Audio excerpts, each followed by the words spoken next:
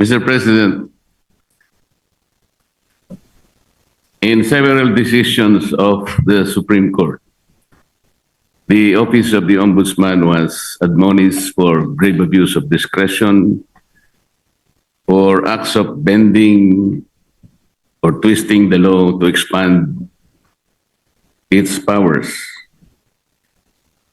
I may cite several jurisprudence if I must. Mr. President,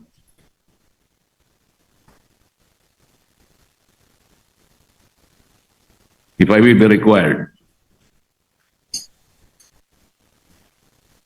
And we all know that the present Ombudsman, Mr. President, publicly flouted his predilection to bend the law. Does he believe that these decisions of the Supreme Court are wrong and he is not bound by these decisions? Mr. President, the new ombudsman intimated to me that his direction is to abide by the Supreme Court decision, and the rule of law is supreme. And therefore is not correct, and there is no basis for flouting those statements publicly declared that bending the law is all right, provided that he is not breaking the law. Mr. President, it's a figure of speech, Mr. President. Mr. President, why figure of speech? The office of the Ombudsman is a high office. We're not supposed to be guided by figures of speech. Our people might be misled into believing that it's all right to bend the law, provided we do not eventually break it. It should be explained succinctly, Mr. Speaker. It should be explained very well that that is not correct. That he was wrong in saying that. He was very wrong in confirming and even affirming that publicly in one of our hearings in the Blue Ribbon Committee. Can we expect that, Mr. President, for the Ombudsman to do?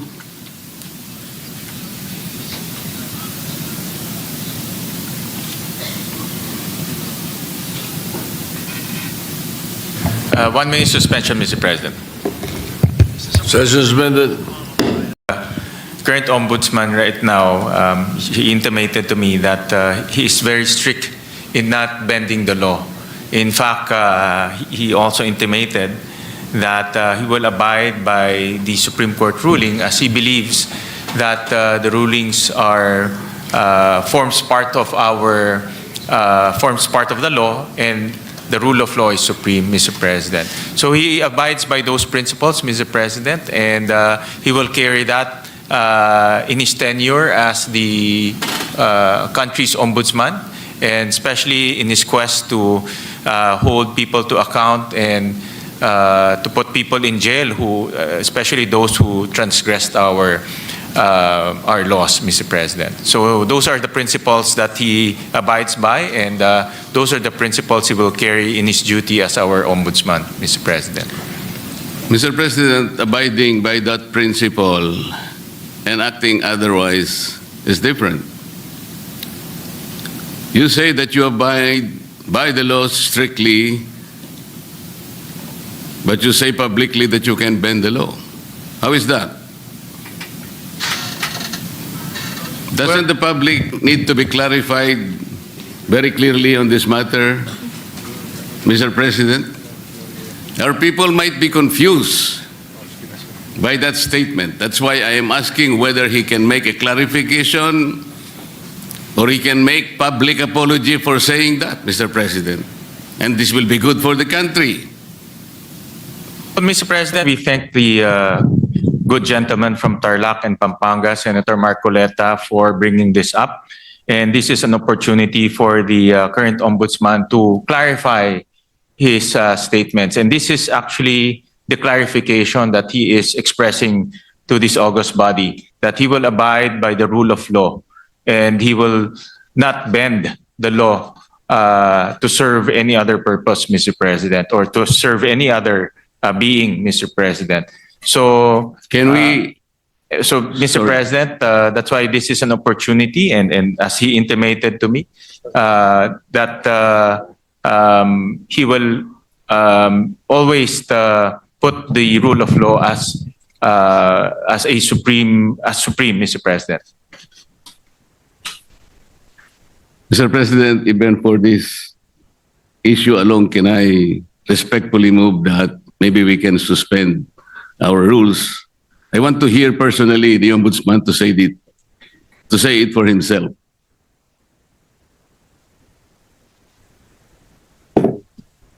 One minute suspension, Mr. President. Session suspended. Madam Majority Leader, what is your pleasure after that motion? Mr. President, with all due respect to the good gentleman from Tarlac and Pampanga, the Senator Marcoleta, we have very, very rarely given way to such a motion to suspend the rules, especially during budget plenary deliberations, with all due respect to Senator Marcoleta. So I apologize that it may not be possible also this morning, Mr. President. So therefore, we are not entertaining the motion. We are not entertaining the motion, Mr. President, but the chairman remains fully capable of addressing the important issue raised by the good gentleman. All right, thank you. Thank you, Mr. President. Thank you, Yes. Majority Leader. Muli nagpapasalamat po kami kay Senator Marcoleta at tinanong niya po yung itong issue. Nagbibigay po to ng oportunidad para sa ating bagong ombudsman klaruhin yung kanyang mga nasabi. At wala hong intention to bend the law. No, that's very clear. In fact, ang prinsipyo po ng ating bagong ombudsman is to follow the law and uphold the law. Dahil naniniwala siya na ang rule of law is supreme, Mr. President. So, para lang klaro, no, na itong nasabi niya ay isang figure of speech, pero wala hong intensyon na baliin po ang batas. Dahil ang kanyang intensyon ay ipatupad ng batas ng may integridad at may katarungan, Mr. President.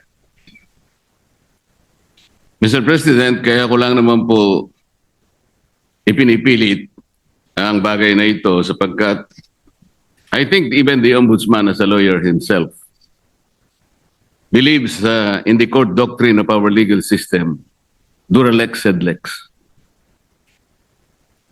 Yung sinasabi nating bending the law will be inconsistent totally with this core legal system. Hindi mo po pwedeng kahit na konti. Tatanong ko nga sana to what extent can you bend the law that can still be acceptable? Hindi po pwede yun eh. Dura lex sed lex. At ako rin po, sumasang-ayon po kay Senator Marcoleta, the good gentleman from Tarlac, Pampanga, na ang batas po ay dapat ho natin ipatupad. At wala ho yan tinitignan. Kaya ho naka-blindfold po si Lady Justice dahil wala ho tinitignan. At yan rin po ang assurance ho ng ating bagong ombudsman dito po sa bulwagang ito at sa lahat po sa sambayang Pilipino na nanonood ho sa atin na ipapatupad niya ho ang batas na may integridad po. Kasi po Mr. President, nakakabagabag talaga. Sana po figure of speech lang. Pero nagkaroon po kasi ng pagkakataon na hindi figure of speech yun eh. Dahil doon sa isang pagdinig sa Blue Ribbon Committee, nakita naman po nating lahat. When a particular witness applied for witness protection program and the law is clear, the provisions of law on the requirements on how to apply for a witness under the witness protection program, nandun po lahat yun eh. the enumerations, the requirements are exclusive. Pero sinabi po ng ating ombudsman, then the Secretary of Justice, pinipilit po merong restitution. I advise him that he cannot do that because restitution does not appear in the law. But Mr. President, he insisted. So doon po nagkakaroon ng problema. While publicly, he declares that he upholds the law to the fullest. Pero in reality, it is not being done. How can you put a requirement which is not in the law? And he said that was his opinion. His opinion will not even matter, Mr. President. Does that opinion will even prevail over the strict provision of law? Yun po yung aking ikinatatakot, ikinababahala, na nami-mislead po yung ating mga mamamayan.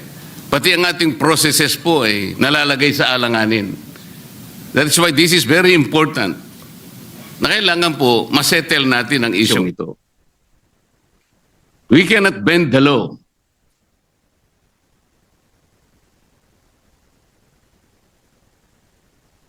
Kasi po, kapag pinanatili natin yun, it is as if the ombudsman has the power to refine the law or even revolutionize the law.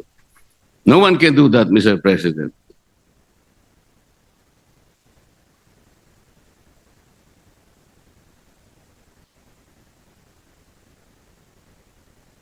Kasi po, tingnan na, ito pa po yung nakakabagabag.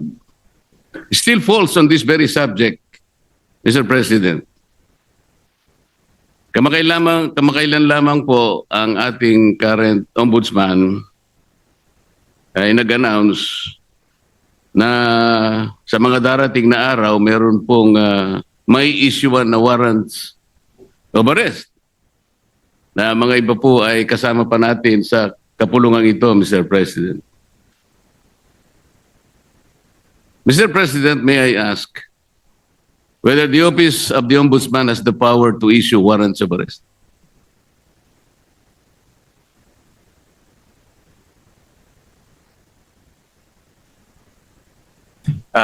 No, Mr. President.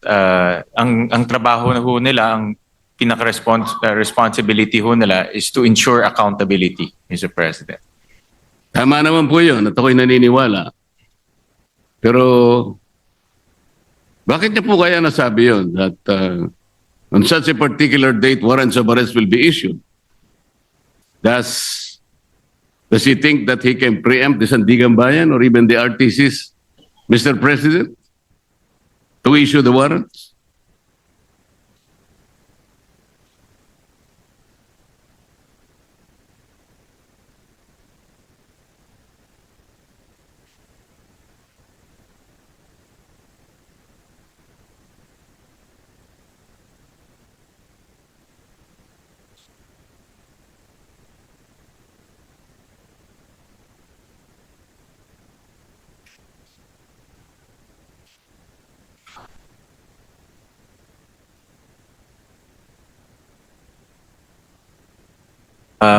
Mr. President, this is a indicative timeline. Meron ho kasing sinusundan ng ombudsman na timeline at base po doon sa mga nakita nilang ebidensya, nakita ho nilang mga krimen na ginawa po ng iba't ibang personalidad.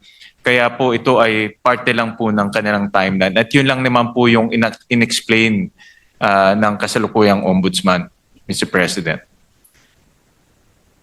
Mr. President, the Office of the Ombudsman is following a timeline. So paano po niya nasabi na on December 5th? Ano na yun? Anong date po ba yun? Ito po yung nakakatakot, Mr. President. Paano po natin mapapaniwalaan na sa timeline na sinet ng ombudsman, may palalabas niya yung warrants of arrest? Hindi ba ang ibig sabihin nito, pwede niyang i-preempt ang decision ng Sandigan Bayan or the RTCs because he is following a timeline. And the most intriguing issue here, Mr. President, is that he might be able to influence and preempt the decision of the RTCs and the Sandigan Bayan, just to make that timeline a reality. This is a very dangerous proposition, Mr. President. But Mr. President, hindi naman po, no, dahil alam naman ho natin ang Sandigan ay under the ambit of the judiciary. Iba naman po ito sa trabaho po ng ombudsman. Pero bilang ombudsman, nakikita ko ho na dahil sila po ang magfa-file ng kaso, very optimistic ho sila na yung kanilang ifa-file na kaso meron pong kinahitnatnan at meron pong resulta. So yung resulta na gusto ho nilang mangyari ay mag-issue ho ng warrant of arrest. So, kasi very confident sila na yung kaso ay matibay. At very confident ho sila na yung ebidensya ay matibay. At yun din po ang gusto natin lahat. Ako po, very hopeful rin po ako na yung kanilang kaso at kanilang ebidensya ay matibay dahil ako rin po bilang isang Pilipino, gusto ko rin pong managot yung mga taong dapat managot. Pare-pare po natin gusto mapanagot natin ang may kasalanan, Mr. President. Wala pong debate doon. Hindi po yun ang punto ng pagtatanong na ito, Mr. President. But the ability of the Office of the Ombudsman to predict even the timeline when the warrants of arrest can be issued is something that is troubling, Mr. President.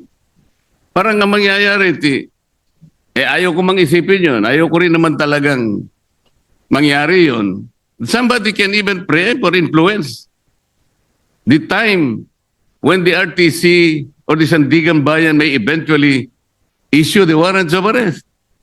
Sana wala nang ganong klaseng announcement Kasi nakakapagduda kasi, Mr. President. Tingnan po ninyo, when the Sandigan Bayan or the RTCs eventually issues the warrants of arrest, do you think the persons or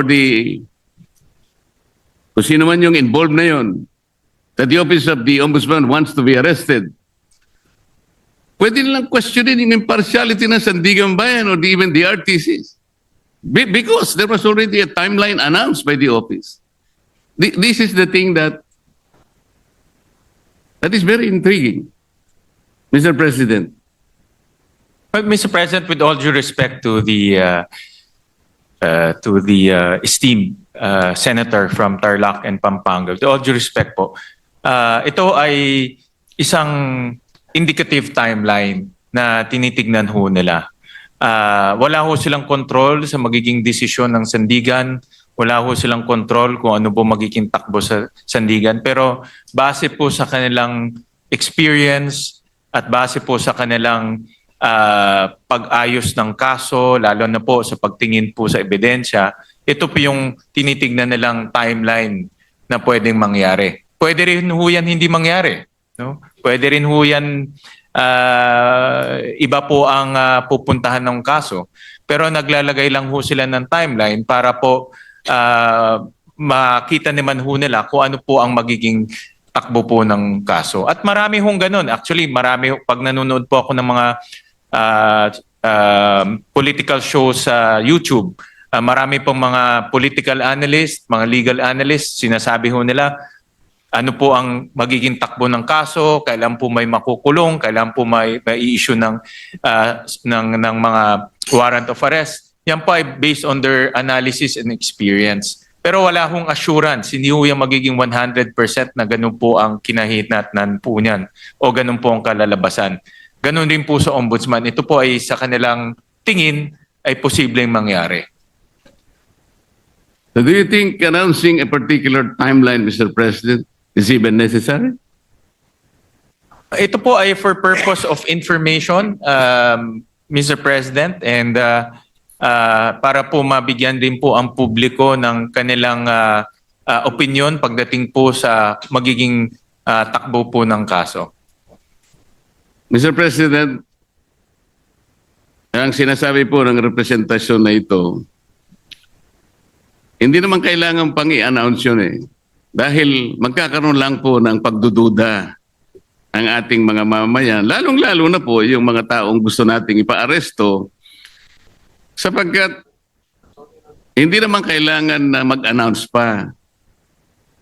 Kasi kapag sinabi mong meron po kaming timeline, parang siguradong-sigurado na po kasi ng opisina ng ombudsman na talagang mag-i-issue yung either the Sandigan Bayan or the RTC doon sa panahon na kanyang tinutukoy. Di bali, maiisip ninyo, nasa ilalim pala ng impluensya ng ombudsman o ng RTC, ang mga korte, naiimpluensyahan pala ng ombudsman ang mga korte. Ganun po yung magiging maaring isipin eh.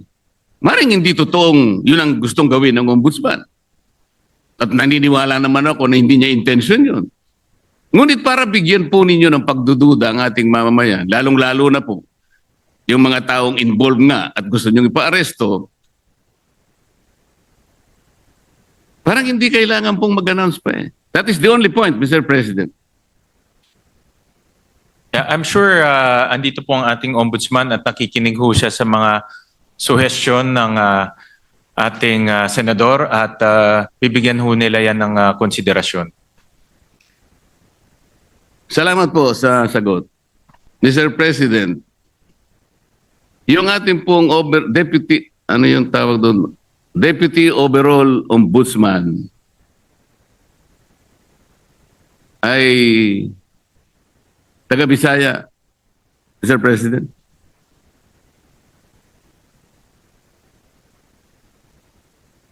Yung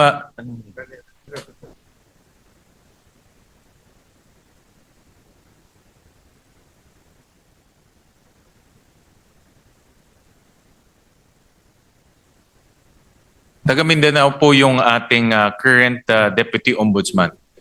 Tama ho kayo. Overall Deputy Ombudsman. Overall Deputy Ombudsman is from Mindanao, but he is also the Deputy Ombudsman for the Visayas, Mr. President. Opo, tama ho. So, yung acting po, yung acting. The overall Deputy Ombudsman and also the Deputy Ombudsman for the Visayas regularly travels from his place to Luzon and nga magastos po yun. Necessary po ba na sino po nagmamanage sa Ombudsman Office sa Cebu?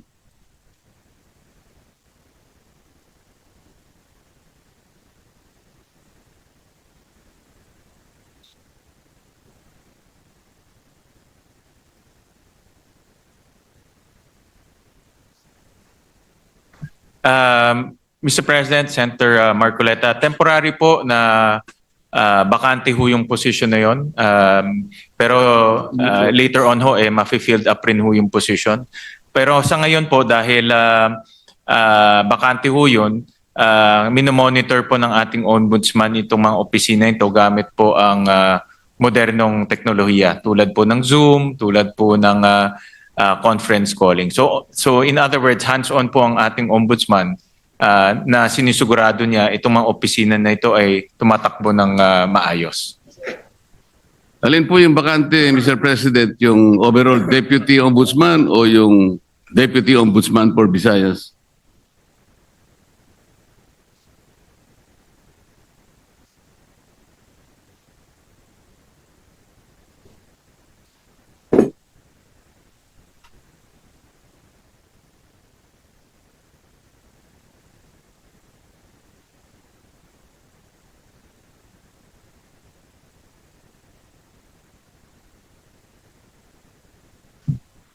Ang bakante po ay yung overall Deputy Ombudsman for ito po ang bakante po. Yung overall Deputy Ombudsman ang bakante po. Yes. Dahil po suspended yung current overall Deputy Ombudsman.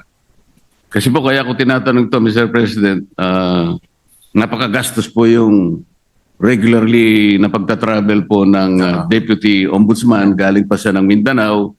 Meron pa siyang gawain dito sa Maynila dahil nga overall Deputy Ombudsman. Naisip ko po na unnecessary expense po yan sa opisina ng Ombudsman. Ang direksyon po ng ating bagong ombudsman ay talagang gawing episyente po ang opisina. Natural lang naman po kung may bagong liderato, inaayos niya yung kanyang opisina sa nakikita niyang pinaka-episyenteng struktura, Mr. President. So, hindi naman po nila intention na maging bakante to at later on rin po ay malalagyan rin po ng tao. Pero tinitignan nila kung anong pong paraan o anong pong structure ang pinaka magiging episyente po para po sa ombudsman offices, Mr. President. Mr. President, bago po naging ombudsman ang aking kaibigan, siya po ay magkaibigan naman tayong dalawa. Ikaw naman, dinideny mo yata eh. Yun nga sinasabi ko, kaibigan pala kayo. Yun nga sinasabi ko. Narinig niyo yata ako, Senator Marcoleta. Bago po siya naging ombudsman, Mr. President, siya po ay kalihim po ng ating Department of Justice. Yun naman pong dahil nag-retire po yung ating dating ombudsman Samuel Martires, nagkaroon po ng acting ombudsman. Siya po ay si overall Deputy Ombudsman Dante Vargas. Kapangalan ko pa siya. Nasaan po siya? Salamat po. Nandito ho siya. Siya po ngayon ang Deputy Ombudsman for Visayas and acting overall Deputy Ombudsman. Concurrent ho Yes, siya. Mr. President. For now. Yes, I know that. Ang itatanong ko po ay, nung siya'y acting overall Deputy Ombudsman, at sa panahon na yon ay applicant naman po ang aking kaibigan for Ombudsman na nabakante nga po, ay gumawa siya ng isang bagay na medyo napaisip ako, Mr. President. Ang tinutukoy ko po ay yung isang office order na kanyang pinalitan. Ang office order na ito po ay kinapapalooban ng parang double docketing. Ngayon, nung siya po ay acting na ombudsman, inalis niya po yung dating memorandum order requiring double docketing. At siya ay gumawa ng isang parang office memo or memorandum na doon po ay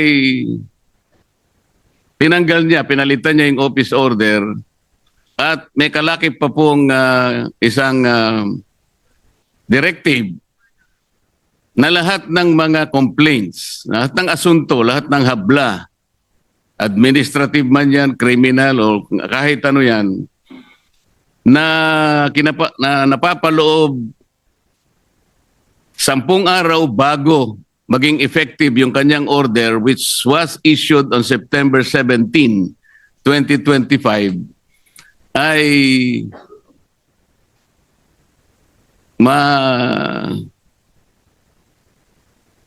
mawawala po yung sa docket. Ibig sabihin, ma-undocket yung mga complaints. 10 araw bago ma-issue yung kanyang memorandum circular or memorandum order. Mr. President, nagkataon po,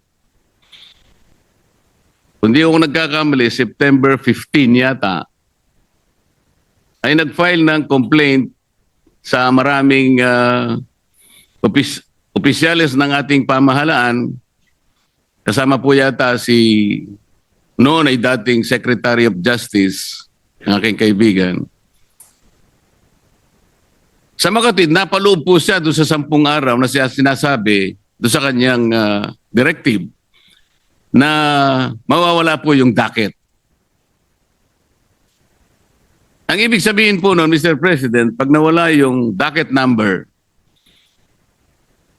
hindi na siya magiging active case kung hindi siya ay malalagay sa kategoriyaan na mga cases under evaluation. Ibig sabihin, Mr. President, wala pang active case, wala pang kaso. Sapagkat nawala ngang visa yung naunang office order nung dating Ombudsman Samuel Martires. Yun po ang naging daan, Mr. President, kung kaya nakapag-issue ng clearance ang opisina ng Ombudsman.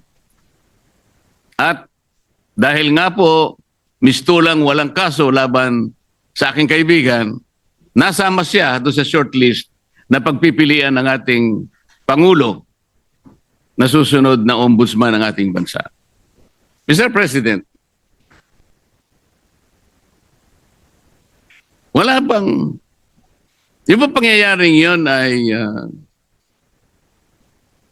is there something much to be desired in the entire process, Mr. President? Parang ang nangyari, nakagawa ng gano'n yung overall ombudsman nang hindi naman maliwanag what is the visible public service na pwedeng nakamit ng ating mamamayan doon sa ginawa niyang pagpapalit ng office order. Hindi kaya lang ginawa yon para mapagbigyan ang aplikasyon ng aking kaibigan at makakuha siya ng clearance upang sa ganon eventually he will be included in the shortlist to be submitted to the office of the President, makasama sa pagpipilian bilang ombudsman. Yun po yung aking gustong malaman, Mr. President.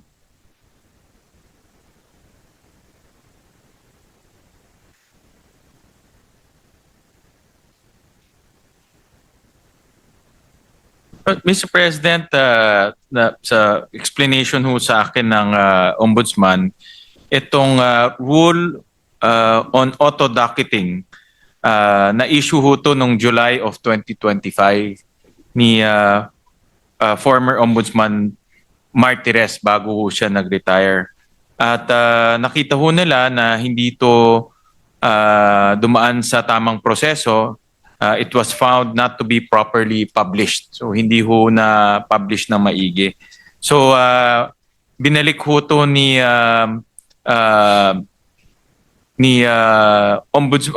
overall Deputy Ombudsman Vargas at binalik ho doon sa original na proseso ho nila dahil itong auto-docketing sa tingin ho nila ay prone to abuse at pwede pong magkaroon ng mga problema sa mga